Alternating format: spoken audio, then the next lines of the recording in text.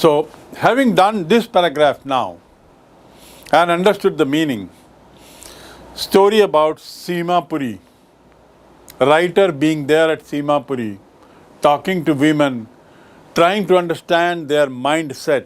Now let's move. From there she comes back. The writer comes back after talking to women, and what does the next stage say? One winter morning, I see Sahib standing by the fenced gate of the neighborhood club. One winter morning, I see Sahib standing by the fence gate of neighborhood club. Neighborhood club, watching two young men dressed in white playing tennis. Watching two young men dressed in white playing tennis. The writer says कि one day during the winter, ठंड के समय सुबह, I see Sahib standing. Where? Near a club. एक club के पास, where two people were playing tennis, lawn tennis. जहाँ दो लोग लॉन टेनिस खेल रहे थे, वहाँ उस भवन के क्लब के पास वो खड़ा हुआ था और उन लोगों को देख रहा था. टू वॉच मैंने देखना. He was watching this two people play tennis. और ये कब की बात है? विंटर की बात है. नेबरहुड मतलब आसपास. जो कॉलोनी का जो क्लब है वो नेबरहुड क्लब कहलाएगा. सो वहाँ पे two young man were playing tennis. I like the game, he hums. वह धीरे धीरे बोलता है, मन ही मन बोलता है, मुझे खेल पसंद है. I like the game. Content to watch it standing behind the fence. Content माने संतुष्ट है. खेल के पीछे, फेंस के पीछे, फेंस यानी जो फेंसिंग बनी होती, जो सीमा बनी है, उसे फेंस कहते हैं. चाहे कांटे के तार से वो सीमा बनी हो, चाहे पौधों से सीमा बना दी गई हो, चाहे लाइन खींचकर सीमा बना दी गई हो, उसको फेंस कहते हैं. फेंस यानी border. So when he is standing at the fence watching these two young men, he says to himself, because there is nobody around, he says to himself, I like this game. मुझे खेल बड़ा पसंद है. और ऐसा लग रहा था कि वो देखने से ही संतुष्ट हो रहा है. He is content, संतुष्ट है. He seems संतुष्ट. He seemed happy. I go inside when no one is around. फिर वो कहता है कि मैं अंदर चला जाता हूँ जब कोई नहीं रहता. I go inside the fence when nobody is around. ऐसा कहता हो, स्वीकार करता है, क्योंकि उसमें ललक है. He really wants to play. So the moment these two people go off and the play field is empty with no one around, he jumps into the fence side, inside, and go into the play field. The gatekeeper lets me use the swing. वहाँ जो झूला है, gate keeper मुझे उस झूले में झूलने देता है.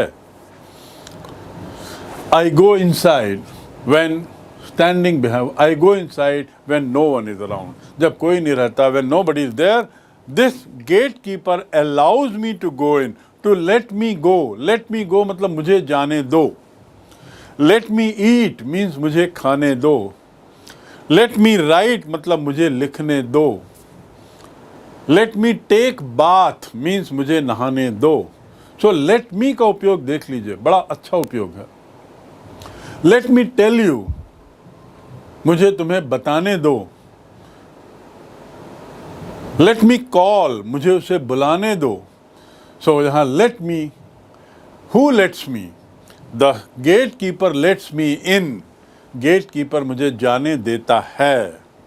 That gatekeeper lets me in. किस लिए जाने देता है? टेनिस के लिए नहीं, क्योंकि वो अकेला है. अकेले में टेनिस नहीं खेल सकते और उसे टेनिस कोई खेलने भी नहीं देगा. No one will allow him to play tennis because he comes from a poor family. No identity. So he goes to the swing. Swing यानी झूला. Swing means झूला. तो वो मानता है, ही एडमिट्स, वो बोलता है कि हाँ मैं चला जाता हूँ चौकीदार से परमिशन लेकर और मुझे झूले में झूलता हूँ. Saheb too is wearing tennis shoe that took strange over his discolored, that looked strange. One day I see Sahib also wearing tennis shoes. अब साहब भी टेनिस का जूता पहना हुआ. आप देखेंगे टेनिस का जूता नॉर्मली वाइट कलर का होता है. Tennis is a game which is usually played in white dress, white shorts, white T shirt. And so Saheb is now one day seen by this writer wearing tennis shoes, and he is looking funny, strange, अजीब सा लग रहा है, क्योंकि इस tennis शू के ऊपर उसने जो शर्ट पहनी है वह डिसकलर्ड है. डिसकलर्ड मतलब जिसका रंग उतर गया है. कलर मतलब रंग, डिसकलर मतलब बेरंगा हो जाना. My pant has become discolored over the years. मेरा जो पैंट है वह बदरंगा हो गया है, समय के साथ साथ उसका रंग उतर गया है. So Sahib too is wearing tennis shoe that look strange over his discolored shirt. Strange माने अजीब. You are looking very strange. तुम बड़े अजीब दिख रहे हो. He told me a strange story. उसने बड़ी अजीब कहानी सुनाई. That man is a stranger. अजनबी, जिसे मैं नहीं जानता. Strange से बना stranger. Stranger मतलब अजनबी. He is a stranger. You are stranger to me. तुम मेरे लिए अजनबी हो. So साहब to means T-O-O-2. Also. To means also, or also means भी. Sahib also is wearing tennis shoes that is looking strange over his discolored shirt and shorts. Shirt और pant दोनों बदरंगा हो चुका था. आखिर वो रैग पिकर जो था ना, after all he was a rag picker. He was not a tennis player, nor was he coming from a family who can get him a good shirt or a good pant. So he was wearing the same dress that he used for rag picking. जब मैंने उससे पूछा तो he replied, someone gave them to me. Note one thing here. इस पूरी कहानी में आप देखेंगे there is repeatedly inverted commas coming. कुछ वाक्यों के दोनों तरफ inverted comma है. इसे क्या बोलते हैं? Inverted comma. इन्वर्ट मतलब उल्टा, ऐसा कॉमा जो उल्टा डला हुआ है. और इन्वर्टेड कॉमा मतलब क्या होता है? कहाँ लगाते हैं इन्वर्टेड कॉमा? जब किसी व्यक्ति के बयान को, किसी व्यक्ति के वाक्य को जैसे का तैसा लिखा जाए तो इन्वर्टेड कॉमा लगा देते हैं. मैंने कुछ कहा और जो कहा उसको वैसा का ही वैसा लिखना हो तो उसके दोनों तरफ इन्वर्टेड कॉमा लगा देंगे. फॉर एग्जाम्पल, मैंने कहा मैं होशियार हूं, तो क्या होगा? मैंने कहा के बाद मैं होशियार में इन्वर्टेड कॉमा लग जाएगा. और यदि इसे बिना इन्वर्टेड कॉमा के बोलना है तो बोलेंगे मैंने कहा कि मैं होशियार हूं, कि जुड़ गया. Similarly in English, wherever you find inverted comma in this story, it means they are statements, sentences said by either the lady, the writer, narrator, or Sahib, or other people. Whatever they have said is in inverted comma. उन्होंने जो भी कहा है वो सब inverted comma में है. So, the lady says, Sahib is also wearing tennis shoe that looks discolored. And when I ask him, he immediately says, someone gave them to me. मुझे किसी ने दिया ये. Someone means कोई. मुझे किसी ने दिया है.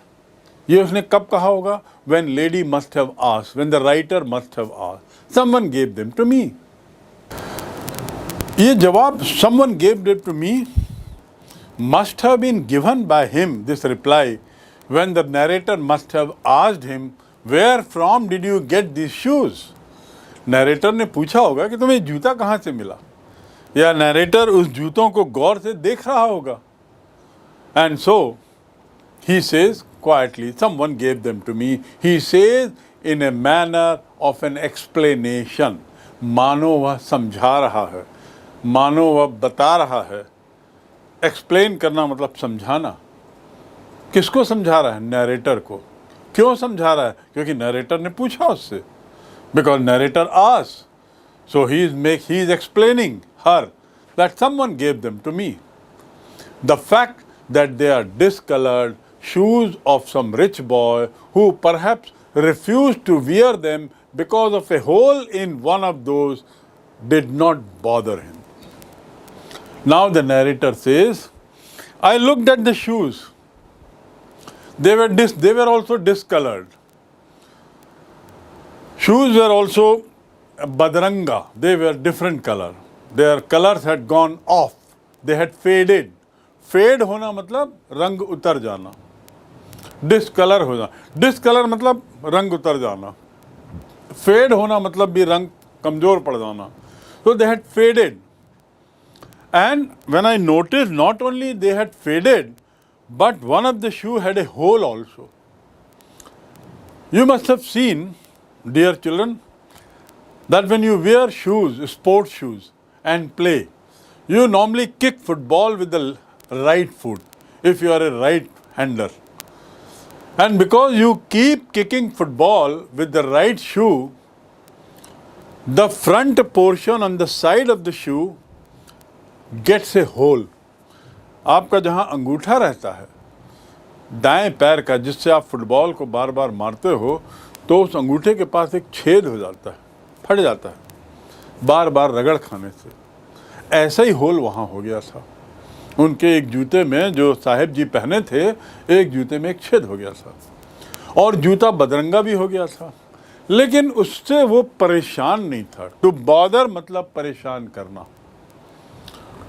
टू बॉदर मतलब परेशान करना. डोंट बॉदर मी, मुझे परेशान मत करो. वाई आर यू बॉदर्ड, तुम क्यों परेशान हो रहे हो. बॉदर मतलब परेशान करना. To bother. सो यहाँ पर द राइटर से the fact that these shoes were discoloured given by some rich boy who had probably refused to wear it because of a hole did not bother Sahib. Sahib को इस बात की कोई चिंता नहीं थी कि ये जो जूता थे उसे एक अमीर लड़के ने छोड़ दिया था, क्योंकि उसका रंग भी उतर गया था और उसमें एक छेद भी हो गया था. साहिब को उसकी कोई चिंता नहीं थी. He was happy wearing that shoe like a king. For one who has walked barefoot. ऐसा एक लड़का जो नंगे पांव रहा है, फटे हुए जूते भी पहनना एक सपने के बराबर है. Says the writer. कौन कहता है ये? राइटर. कहाँ? For one who has walked barefoot. Even shoes with a hole is a dream come true. एक सच्चे होते हुए सपने के बराबर है. चाहे वह जूता फटा ही क्यों ना हो, साहिब के लिए एक सपने का सच्चा होने के जैसा था. क्योंकि साहिब ने कभी जूता नहीं पहना था, अब उसे जूता मिल गया. He was very happy. Dream come true. मैंने सपना देखा था कि 12th में मैं 90% पाऊंगा. I had a dream that I'll score 90% in 12. My dream came true. I had imagined that I'll be an IAS officer.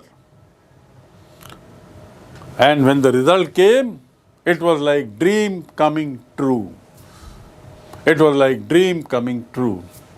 मैंने सोचा था IAS ऑफिसर बन के मैं अपने परिवार वालों को बहुत कंफर्ट की ज़िंदगी दूंगा. इट इज़ लाइक, और मैं सफल हो गया परीक्षा में IAS में, it is like dream coming true. So for one who has walked barefoot, this shoe which is discolored has a hole, it doesn't matter. It was like a dream come true. But the game he is watching so intensely is out of his reach. लेकिन unfortunately, दुर्भाग्य से जो खेल वो देख रहा था, कौन सा खेल? टेनिस का, वो उसकी पहुंच के बाहर था. आउट ऑफ रीच मतलब पहुंच के बाहर होना. फ्लाइंग और going by plane is out of reach for me. मेरी पहुंच के बाहर है प्लेन में बैठना. But one day I will make it true. मेरा सपना है कि मैं बैठूं. And one day it was like a dream come true when I boarded the plane. जिस दिन मैं प्लेन में बैठा. So here the author says that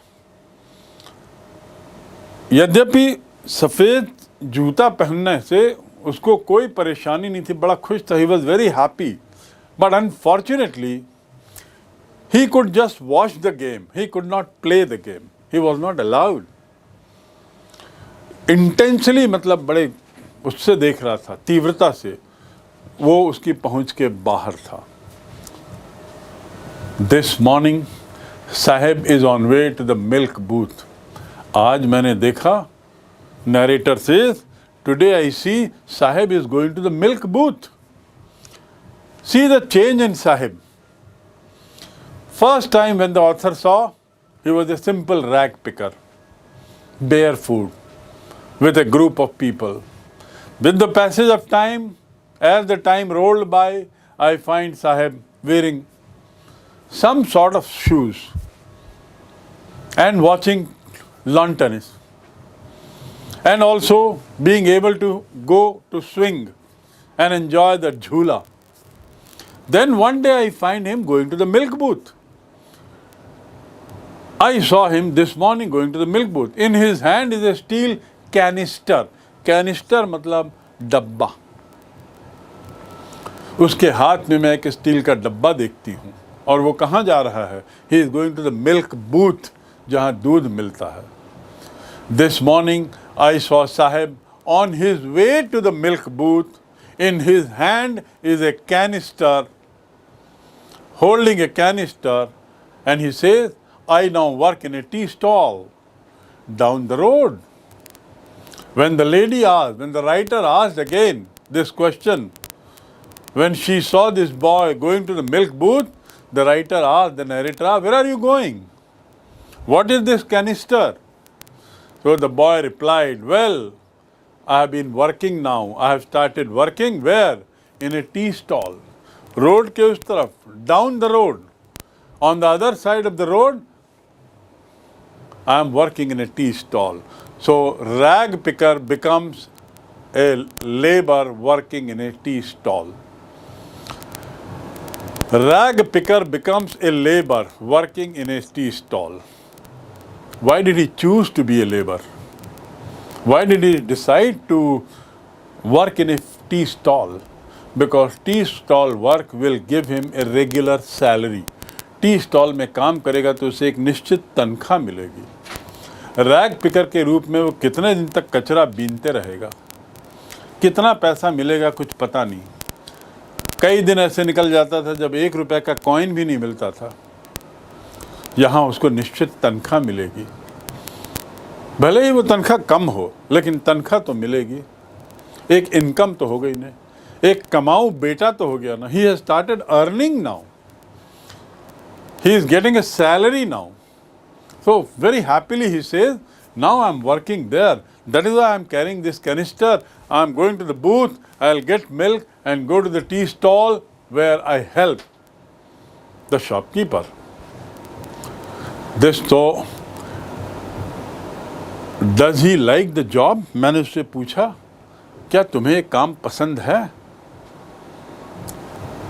This change from rag picker to working in a tea stall. Do you like this job? मैंने ऐसे ही पूछा. Oh yes. He says, I can now work. I am working in a tea stall, pointing to a place, and then he says, I am paid 800 rupees and all my meals. मुझे 800 रुपये मिलता है और भोजन मिल जाता है. क्या तुम्हें एक काम पसंद है? Writer asked again, narrator asked. ठीक है, तुम्हें 800 रुपये तो मिलता है. Okay fine, you get 800 rupees and you get free meals. But are you happy? Do you like this job? His face, I see, has lost the carefree look. Read this line very carefully, very touching line. A turning point of this story. इस कहानी का एक ऐसा मोड़ जहाँ पर कहानी बिल्कुल दूसरा रूप लेती है. A boy going to milk booth, writer asking, where are you going? Boy says, going to that milk booth to bring milk because I am working now in tea stall. There, narrator again asks, are you happy working there? The moment narrator asks this question, he says, oh, he doesn't say anything.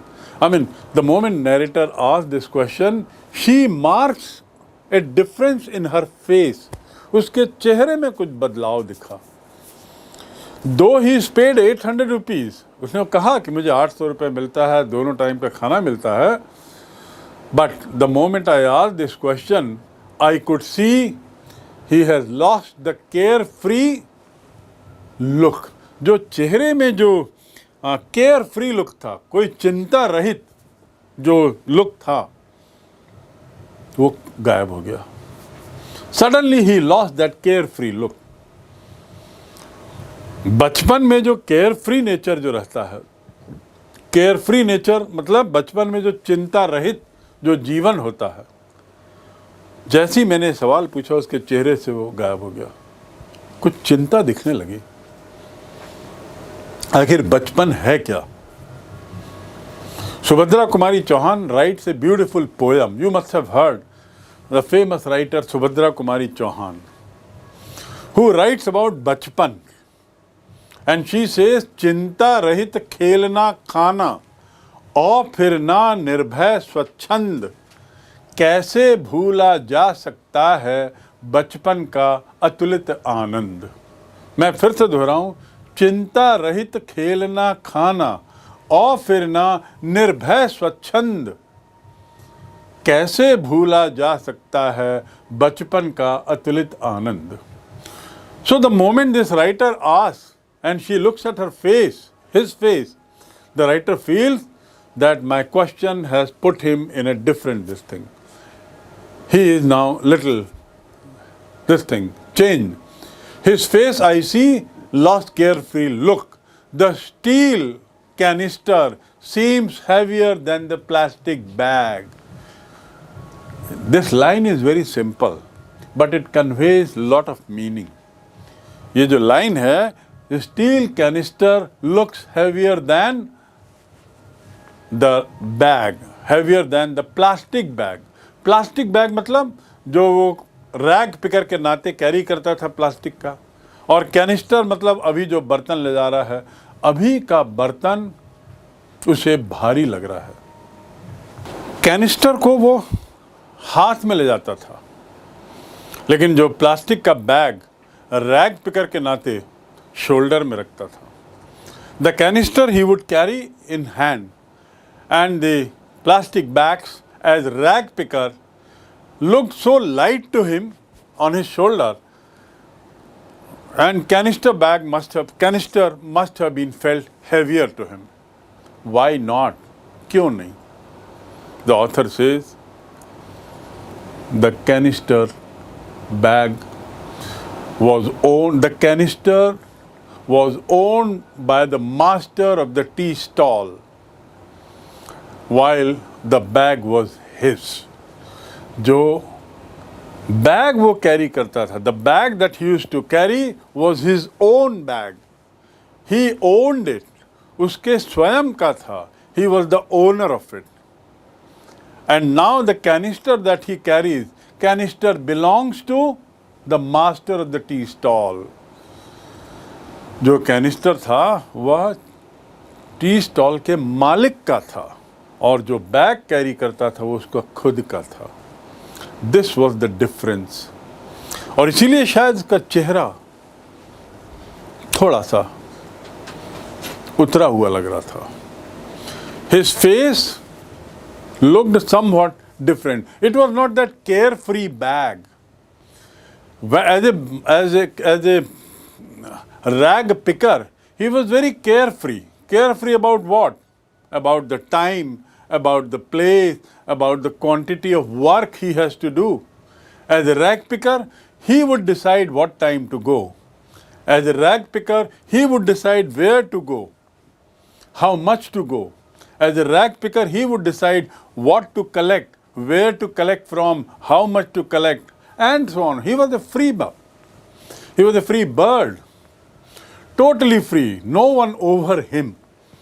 But now, though he was getting 800 rupees, though he was getting full-time meal, he was working under somebody. He had a master.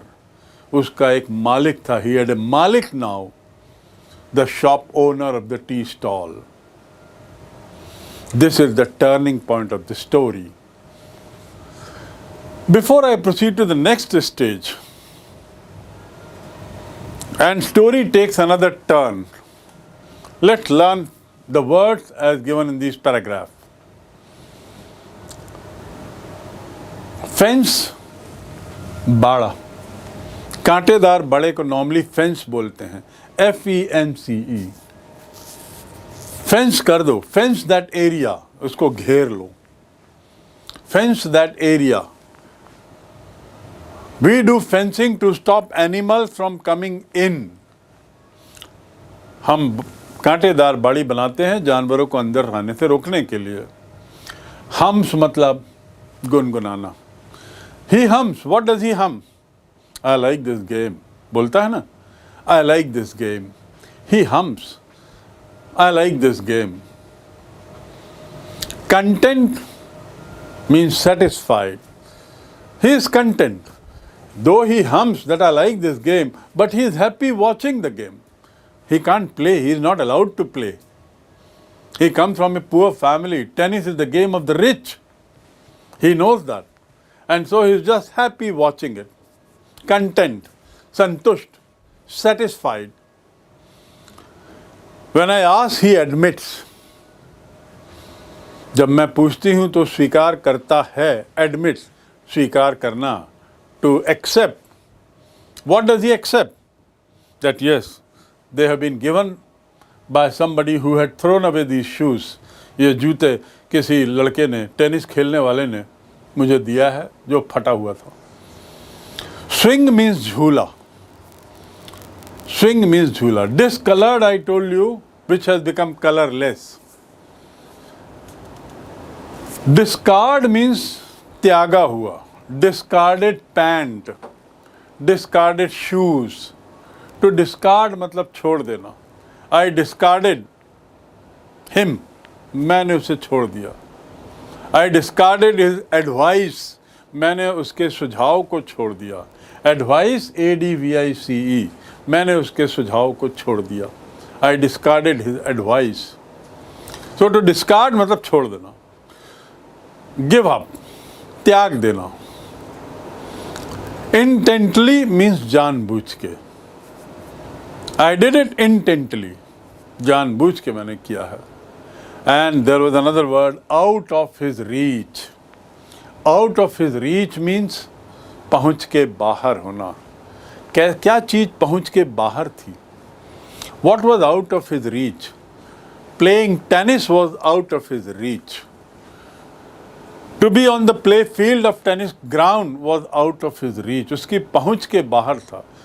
क्योंकि he was not qualified. पहुँच के बाहर का मतलब क्या? उसके लिए वो क्वालिफाइड नहीं था. खेलने की उसे अनुमति नहीं थी. Because he came from a poor family. He was a rag picker. And so it was out of his reach. This this particular thing kept above is out of my reach. मेरी पहुंच के बाहर है, मतलब मैं पहुंच नहीं पा रहा हूं. It is out of my reach. Right? Then next is canister, as I told you. Similarly, seem, to seem माने महसूस होना, feel होना, दिखाई देना, प्रतीत होना. To seem. It seems that you are unhappy. ऐसा प्रतीत होता है कि वह नाखुश है.